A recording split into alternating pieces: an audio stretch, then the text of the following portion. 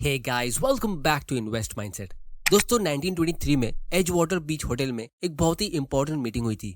इस मीटिंग में उस वक्त के 9 सबसे अमीर लोग शामिल थे। चार्ल्स श्वाब, जो कि उस टाइम की सबसे बड़ी स्टील कंपनी के मालिक थे, Samuel Insull, Edison General Electric के मालिक, हॉवर्ड हॉब्सन, सबसे बड़ी गैस कंपनी के head, Ivar Kreuger, International Match Company के प्रेसिडेंट, जो उस टाइम की सबसे बड़ी कंपनी थी, Leon Fraser, Bank of International Settlements के प्रेसिडेंट, रिचर्ड विटनी, जो न्यूयॉर्क स्टॉक एक्सचेंज के प्रेसिडेंट थे, एल्बर्ट फॉल, एक बड़े पॉलिटिशियन, आर्थर कॉटन और जेसी लिवर मोर, जो उस टाइम के सबसे अमीर स्टॉक ट्रेडर थे।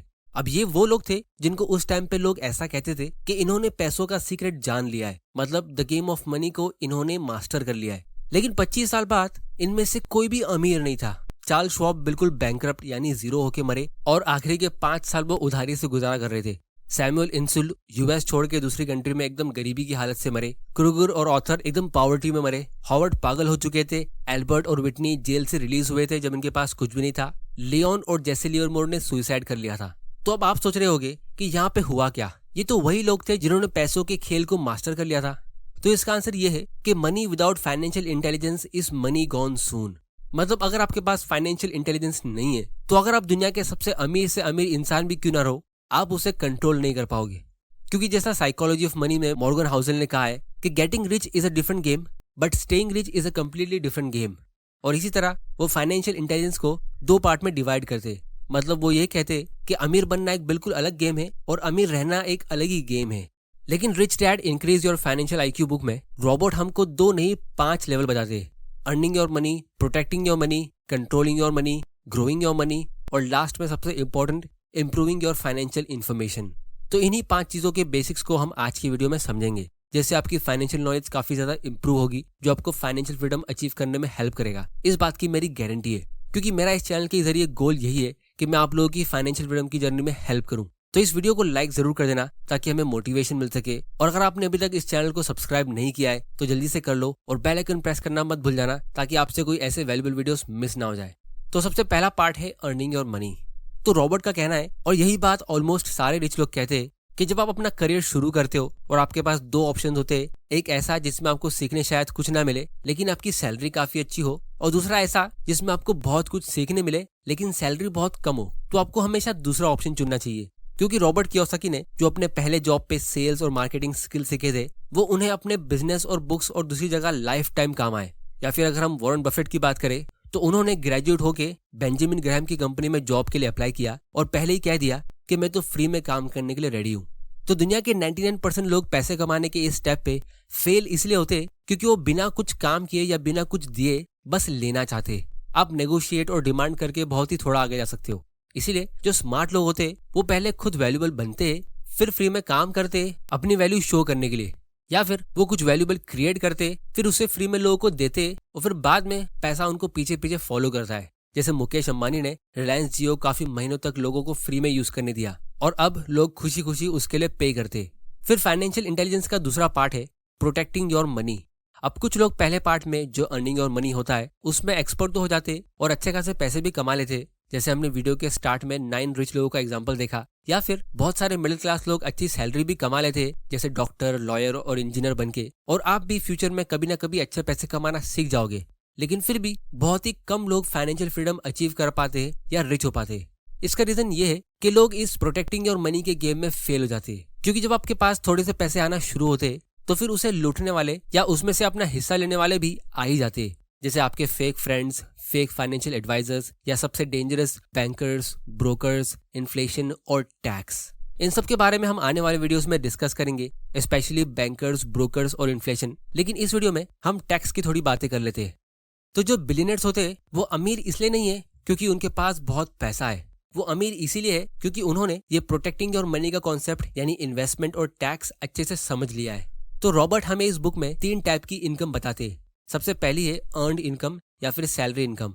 फिर दूसरी है पोर्टफोलियो या बिजनेस इनकम। इसका मतलब है कि आप सैलरी से हटकर अपने बिजनेस से जो भी कमाते हो वो इसमें आता है। जैसे अगर आपने कोई चीज 1 लाख रुपए में खरीद के 1.5 लाख रुपए में बेच दी तो आपको 50,000 का प्रॉफिट हुआ, तो ये वो वाला इनकम होता है। और ये कोई भी चीज हो सकती है, आपकी कार, आपका घर एक्सेट्रा, जिसपे आपको टैक्स देना होता है। फिर तीसरा है पैसिव इनकम, जो आपके शेयर्स और इन्वेस्टमेंट्स होते हैं, हम उसे पैसिव इनकम कहते हैं।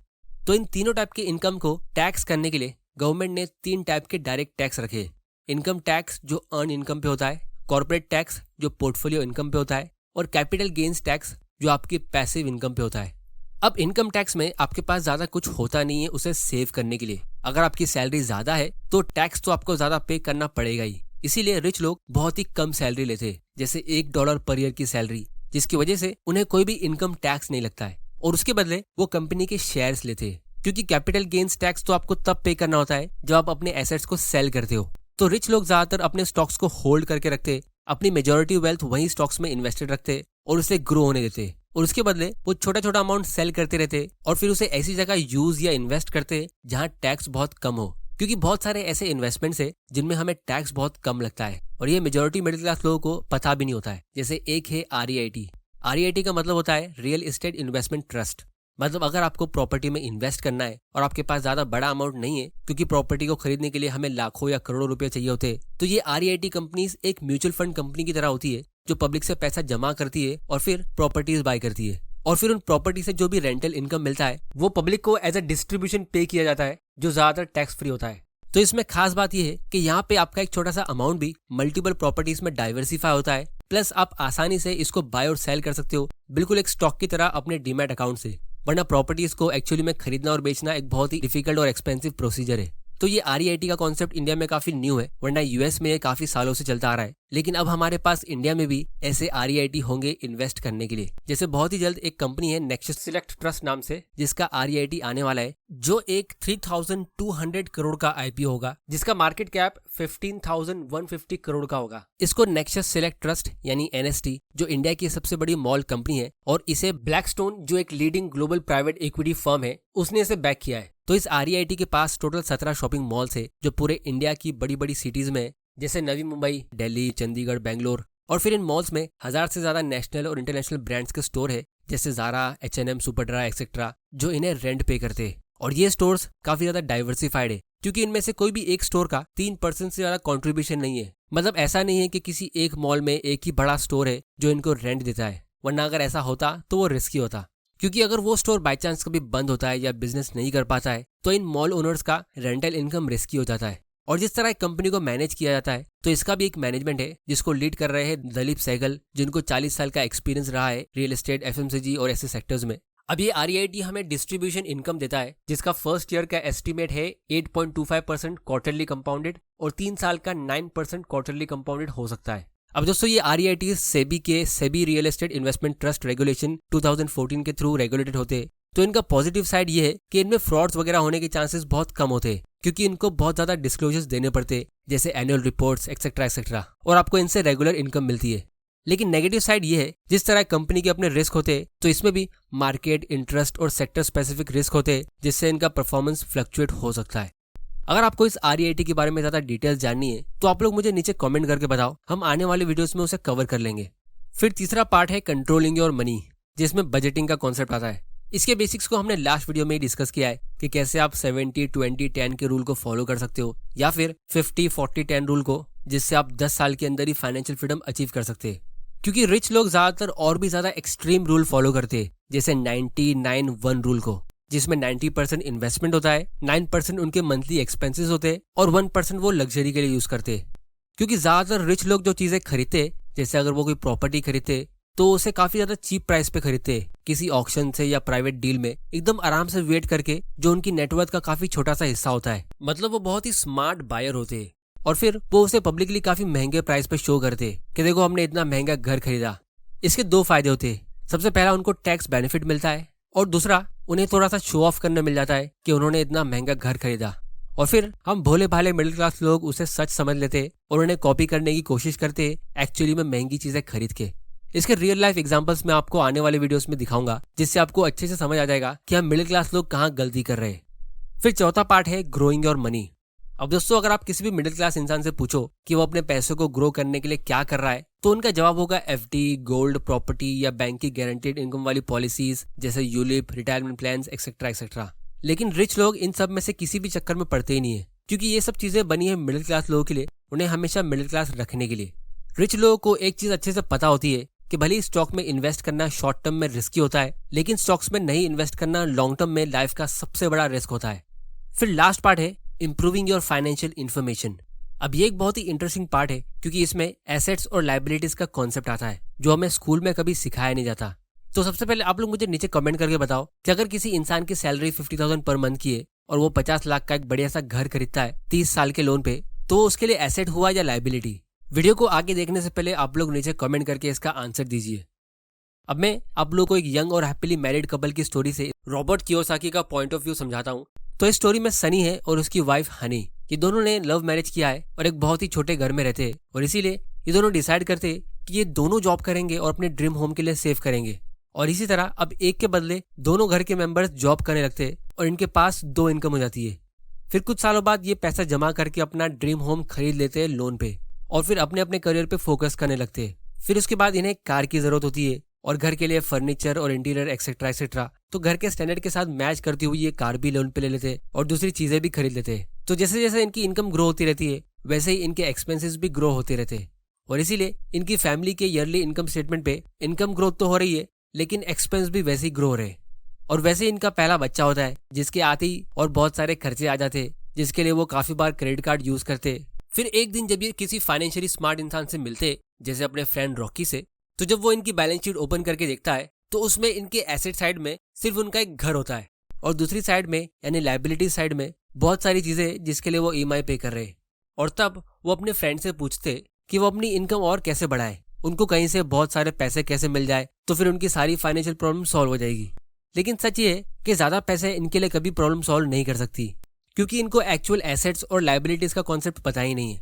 इनको लगता है कि एसेट सिर्फ एक ही चीज होती है, वो होता है अपना घर। लेकिन एक्चुअली में एसेट वो चीज होती है जो हमारे जेब में पैसा डाले, फिर चाहे वो एक बार हो या हर महीने हो, यानी एक वन टाइम प्रॉफिट या मंथली इनकम जैसे प्रॉपर्टी से रेंटल इनकम या कोई बिजनेस या स्टॉक से मिली डिविडेंड इनकम या स्टॉक को सेल करके वन टाइम प्रॉफिट। और लाइबिलिटी वो चीज होती है जिनसे हमारी जेब से पैसे जाते रहते हैं जैसे पर्सनल यूज की कार, आपको उसका मेंटेनेंस, पेट्रोल और ईएमआई भरना होता है, या अपने लिए एक बड़ा घर ले लेना, उसकी ईएमआई पे करनी होती है और मेंटेनेंस करवानी पड़ती है। तो यहाँ पे आपकी जेब से पैसे जा रहे हैं। और इसीलिए मिडिल क्लास लोग जिन्हें इनकम सैलरी से मिलती है लेकिन सभी के पास कोई ना कोई लाइबिलिटी होती है जैसे लोन पे घर, लोन पे कार, क्रेडिट कार्ड के बिल्स एक्सेट्रा एक्सेट्रा। तो सबसे पहले उनकी इनकम उस लाइबिलिटीज को खत्म करने में चली जाती है और फिर वो अपनी बेसिक नीड्स के लिए पैसे यूज करते हैं जैसे फूड, लाइट बिल एक्सेट्रा। और बचे हुए पैसों को वो खुशी खुशी यहाँ वहाँ स्पेंड कर देते जैसे नए आईफोन में, क्योंकि उनको लगता है कि इन्होंने एक एसेट यानी घर तो लेके रखा है और इसीलिए इनके एसेट का कॉलम घर के अलावा पूरा खाली होता है। और इसीलिए एक मिडिल क्लास इंसान हमेशा अपनी पूरी लाइफ में काम करते रह जाता है क्योंकि पूरी लाइफ टाइम में 60-70 की एज के बाद उनके पास बचता क्या है, सिर्फ एक घर जिससे ना आप अमीर कहलाते हो और ना ही फाइनेंशियली फ्री।